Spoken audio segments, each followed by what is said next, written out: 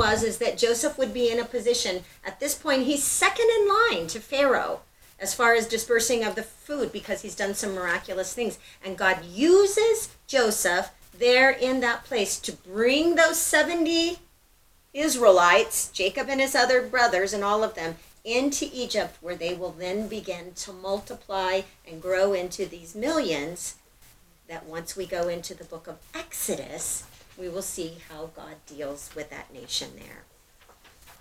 Okay, so that's sort of just an overview of Genesis. Anyone have any questions or comments that they want to make about that? Great stories. Aren't they? And you know what? We read those stories, and a lot of them are familiar to us from Sunday school or VBS or whatever it is. We recognize the stories. But what ends up happening is the stories are so fascinating that sometimes we forget to see that the story is really about God and his provision of his people. It's not, I mean, the story of the coat and the story of Noah's flood and all of that. Those are amazing stories on their own. But what do they what's the underlying thread that is woven through them? God is preserving his people.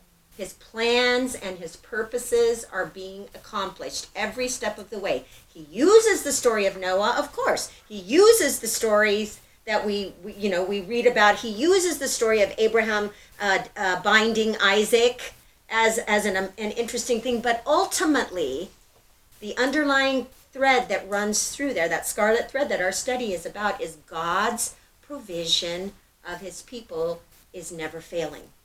It continues. And from the very beginning, he knew exactly how that would lay out. This story of Joseph, if nothing else, it should build your faith that when you're going through really difficult seasons of your life, when things are happening and coming against you, to recognize God already sees it as accomplished. Whatever it is that your plan and purpose is in God's will, God already sees it as accomplished. And these things that are occurring because they're preparing you. You may have to go to Egypt.